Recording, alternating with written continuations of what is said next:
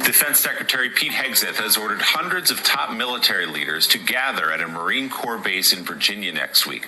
It's not clear why the meeting has been called. More than a dozen people familiar with the matter telling the Washington Post the directive was sent to nearly every top U.S. military commander around the world. That includes officials in conflict zones stationed throughout Europe, the Middle East, and the Asia-Pacific region. According to the Post, every source it spoke with said it could not recall a defense secretary ever ordering such a large gathering of military leaders on such short notice. Joining us now, retired U.S. Army Lieutenant General Mark Hertling and President Emeritus of the Council on Foreign Relations, Richard Haass. Good morning to you both. General, I'll start with you. First of all, how unusual is this in your experience, and what do you suspect is going on here? Yeah, Willie, if this is usual and this is unusual, we're way out in terms of unusual in this one. It is never, that I know of, ever occurred in the history of the military where everyone is brought in. Now, certainly during wartime, generals commanding in a theater are brought in individually with their team, or the president or the Secretary of Defense visits them at their theater of operation. But I've never seen anything like this before, and it just seems extremely bizarre and strange. Well, General, let me just ask you strategically, how stupidly dangerous is this? It's pretty dangerous, Joe. What I'd say is, a lot of people are looking at it from the general's perspective, them thinking, what the heck are we going to hear? Because I don't think from what I've talked to some of my colleagues that are still active, they don't know what this is about. So it could be about a shifting national security strategy. It could be cuts to the General Officer Corps. Secretary Hegseth has mentioned that several times. It could be about the upcoming budget stalemate, or it could be concerns over information leaks or press leaks. But General, don't they have communication systems where they can do that so we can actually keep our generals and our admirals in the field where they are needed? Certainly, Joe, and they're called secure video teleconferences. It is the same thing as a secure computer, not Snapchat, not Signals app. This is no kidding secure stuff. It's just like a SIPR computer. But the problem is, when you move that many general officers to Washington, it's not just the generals that are concerned. I would suggest that both our allies and our foes are thinking to themselves, what the hell is going on in Washington? When a general comes into the Pentagon to talk to his boss, the Secretary of Defense, no one really knows it. There may be indicators, but when you're talking about publicizing over 800 senior leaders, commanders, as well as their senior enlisted advisors, their sergeant majors or their Navy chief petty officers, this is something that's going to garner attention, where people are going to say, what's going on with the U.S. military? What are they planning? Why is this so important that you're pulling 800, as suggested by the Washington Post, or more into the Washington, D.C. area? It's undescribable. Yeah, and it's not just foreign militaries that are confused. Our own military is confused. Talking to some of these generals who have no idea why this is happening and are not sure why there's such secrecy. But we should note this. The military has different levels of classification. This one, we are told, is being deemed a secret level, which is not the highest level, because there had been some speculation considering our force posture outside Venezuela and the attacks on boats there. Could this be some sort of operational planning meeting? That seems unlikely, because it would be classified at a higher level, Richard Haass. So there's some speculation in Washington, people I talked to yesterday who were downright puzzled at this, that this could be just sort of almost like a pep talk. We know that Defense Secretary Hegseth is one of the things President Trump likes about him most is he's very good on Fox News and the like. The language about war fighters, a lot of it's PR campaign. And there's a suggestion here, taken in tandem with the edict from the Pentagon last week about reporters there only reporting on things the Pentagon tells them to, that this might be just a messaging meeting, but a very, very strange one. I think that's the most likely answer. If it were operational, you wouldn't have people globally. It would be more localized. My own sense, it's almost a cultural thing. Hegseth wants to change the culture of the military against DEI in favor of quote-unquote war fighting and so forth. He also wants to assert his authority because there's been a lot of pushback. So my sense is it's more like that. But it doesn't change any of the ideas that this is expensive. potentially risky because people aren't at their jobs. It's just a stunt, and it looks truly excessive. There's easy ways to do this. We have fought wars in recent years, by the way, without people leaving their bases. That's why we have these secure video systems. When I was at the White House, we went through the entire Gulf War. Most of it was run that way. You don't need to do something like this. So this sounds to me something much more personal. Yeah, even some Republicans rolling their eyes at this yesterday, saying that Hegseth, again, he and his senior leadership team, very depleted, perhaps out of their depth. Richard. All right, I want to give all praises, infinite honor, and glory to the God of heaven and earth, whose name is Yahweh, and his only begotten Son, whose name is Yahweh Shai. Barakatah Yahweh, bless the Lord Yahweh, and Barakatah Yahweh Shai. This is the Brother Sakallah back with a lesson all through the Spirit, right? And I'm going to jump into the fact that we are in a time of war. More and more, we're entering into the time that has been promised, which is the time of Jacob's trouble, the greatest time or the greatest evils that's ever been done on the earth. We're entering into that time where that's about to happen now. So what we're seeing going on and playing out globally is that we're in a time of war. And that's real time playing out each and every day between the rulers, the powers of this earth, the different kingdoms and nations coming against each other. As Yahweh Shah told us in Matthew, the 24th chapter, the kingdom will fight against kingdom and nation against nation. So we're in that time. This is the book of Ecclesiastes 3 and verse 1. Now here we see the title. It says, A Time for Everything. Ecclesiastes 3 and 1, it says, to everything there is a season and a time to every purpose under the heaven, a time to be born and a time to die, a time to plant and a time to pluck up that which is planted, a time to kill and a time to heal, a time to break down and a time to build up, a time to weep and a time to laugh, a time to mourn and a time to dance, a time to cast away stones and a time to gather stones together, a time to embrace and a time to refrain from embracing, a time to get and a time to lose, a time to keep and a time to cast away, a time to rend and a time to sow, a time to keep silence and a time to speak. Verse 8, a time to love and a time to hate, a time of war and a time of peace. So clearly we're not in the time of peace. We're in a time of war, because what are we hearing constantly going on day in and day out, week in and week out, and monthly, right? More and more we're hearing about war. That's what we're hearing about predominantly is war. That's the talk that's on the planet. And there's a reason for that, because the Most High is actually summoning, right, the angels to bring together the nations of the earth, which are known as the kings of the earth, to actually commence in world war. This is Jeremiah 50 and 22. It says, a sound of battle is in the land and of great destruction. So the sound of battle, the sound of war is what's in the earth between all these different nations. And that's going on more and more and more.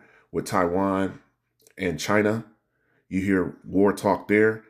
And then the neighboring nations, right? Australia, America, the UK, they're all coming together to try to be on the side or aid Taiwan. Because one of the things that Taiwan produces is a lot of the chips that go into computers and electronics. They're one of the highest producers of that in the world. So they don't want to have China actually annex or take over Taiwan, as Putin is seemingly trying to do, or in how he invaded Ukraine, and why there's war going on there for the last 2.5 years or so, and in other places we know. So it's a time of war, but the sound of battle is what's in the land, the sound of war, right? Verse 23, how is the hammer of the whole earth cut asunder? And that's speaking about the power of Babylon. How is Babylon losing its power? How is the hammer of the earth, it says, cut asunder and broken? How is Babylon become a desolation among the nations? So Babylon now don't have the same power that they used to have, although they're still the ruling power on the earth. The fear in the nations, the fear in the people of the earth is not the same. And the reason why is because now they have the equalizer. That is the ICBM. That gives any nation immense power on the earth. And we'll touch on that here in the book of Joel here in a second. So the hammer of the earth, it says, is being cut asunder, is being brought down to the ground. And why is that? They're being brought down to the ground because Yahweh Shai, is actually having this happen, because this is prophecy that has to be fulfilled. It's not going to be a long lesson. Let me get this here in the book of Exodus real quick. Exodus 15 and verse 3. It says, the Lord Yahweh is a man of war. The Lord Yahweh is his name. So the Most High, right, is a man of war. So why do you hear Exodus or Jeremiah 50 and 22, a sound of battle in the land and of great destruction? The reason why you hear the sound of battle in the land is because Yahweh, the Most High, our God, is a man of war. And he said war would happen here in the last days, World War III. And that's what's going on. We're in the beginnings of that coming to pass. And that's been going on for some time, which is the Most High pulling the nations into the Middle East. He's been pulling these nations into the Middle East to fight in World War. And that's been going on really since the 90s, going back to Desert Storm and that time, you know, where he started pulling these nations into the Middle East, which is the Valley of Jehoshaphat. We'll touch on that here now. This is the book of Joel 3 and verse 1. It says, for behold, in those days and in that time, when I shall bring again the captivity of Judah and Jerusalem, I will also gather all nations and will bring them down into the Valley of Jehoshaphat. That's what the Most High is doing currently. He's bringing all nations together to fight in the Middle East, the Valley of Jehoshaphat, which is Yahweh Shaphat in the Hebrew, the land where the Most High is going to judge the nations. And will plead with them there for my people. See, this is being done for the children of Israel. And for my heritage Israel, whom they have scattered among the nations and part of my land. The Most High never forgot that, right? Now it tells you a little bit more of our history, but I want to get to the point. Let's go down here to verse 8. It says, and I will sell your sons and your daughters into the hand of the children of Judah, Yahweh, and they shall sell them to the Sabians, to a people far off, for the Lord Yahweh have spoken him. Proclaim you this among the Gentiles. Prepare war. Prepare war. So that's why you had the Secretary, and I did a video on that about a week ago on my page. You had the Secretary of Defense and Donald Trump, the president, renamed the Department of Defense to the Department of War. Proclaim ye this among the Gentiles, and the ruling nation of all the Gentiles on the earth, the non-Israelite nations, right? Of all the people that are not the Israelites are the Gentiles, the natural Gentiles, meaning the other nations. So the Lord said, proclaim you this among the Gentiles, and the head of the Gentiles ruling on the earth today are the Edomites. Prepare war, so war is being prepared. Wake up the mighty men, let all the men of war draw near, let them come up. And that's why there's hundreds of generals and admirals and high-level military personnel actually coming into Virginia in Quantico to actually have these meetings and speak about whatever they're going to talk about. And you kept hearing that was unprecedented. That was unprecedented. For all this to be going on, for all those high-level military personnel to be coming together at one time. Verse 11, assemble yourselves and come, all you heathen. So the Most High is gathering the heathen, and gather yourselves together round about. Thither cause thy mighty ones to come down, O Yahweh. Let the heathen be weakened and come up to the Valley of Jehoshaphat. So ultimately, all the heathen are going to meet in the Valley of Jehoshaphat, where World War III is going to start. For there will I sit to judge all the heathen round about. So there's great judgment coming to the heathen. Now, this is said all throughout the scriptures, but here in the book of Obadiah, the 15th verse, it says the same thing. The day of the Lord in the future. Obadiah verse 15, for the day of the Lord Yahweh is near upon all the heathen. As thou hast done, it shall be done unto thee. Thy reward shall be returned upon thine own head. So there you go. So all the heathen are being brought together to bring forth World War III is what we're witnessing. So it would make sense that the head of all the heathen, the Edomites, who's ruling here in the last days, would be at the forefront of pushing war. Zephaniah 3 and verse 8, it says, therefore wait ye upon me, saith Yahweh, until the day that I rise up to the prey. For my determination, or the Lord's judgment, when you look that word up, is to gather the nations, that I may assemble the kingdoms, to pour upon them my indignation, even all my fierce anger, for all the earth shall be devoured with the fire of my jealousy. And that's going to be World War III. Ultimately, Babylon the Great, which is going to be the lake of fire. So the Most High said he's determined to gather the nations. so that they will fight in World War III. This is the book of Proverbs 21 and verse 1, and it reads, it says, the king's heart is in the hand of the Lord Yahweh. As the rivers of water, he turneth it whithersoever he will. Let's read that again. Proverbs 21 and verse 1. It says, the king's heart is in the hand of the Lord Yahweh. And who are these kings? The rulers that's on the earth today. The heads of these nations and governments. Those are the kings.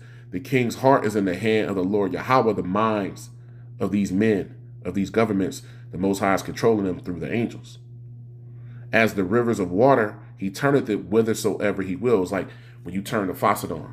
You turn it on hot or cold, right? When you blast it or you turn it down low or at a slow drip, that's how the Most High is controlling the minds of the people that's on the earth. The Most High is controlling everything.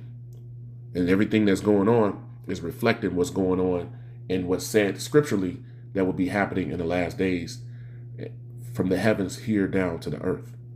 So that's all the will of Yahweh Bahashim Yahushua. So our redemption draweth nigh. All praises be to the Most High God, Yahweh, and his only begotten Son, whose name is Yahushua. Call her Lord Yahweh Bahashim Yahushua. All praises, honor, and glory be to the God of heaven and earth, Yahweh, and his only begotten Son, whose name is Yahushua. Honors be to the elect elders of the nation of Israel. Barakim La Habayath Madabada. Blessings to the house of David, which you brothers laboring in truth and in sincerity. And to the Akim Wa Agwath, which are the brothers and sisters that also listen and believe on the glorious gospel being preached. Unto you I say Shalom, Shalom, and Barakatah.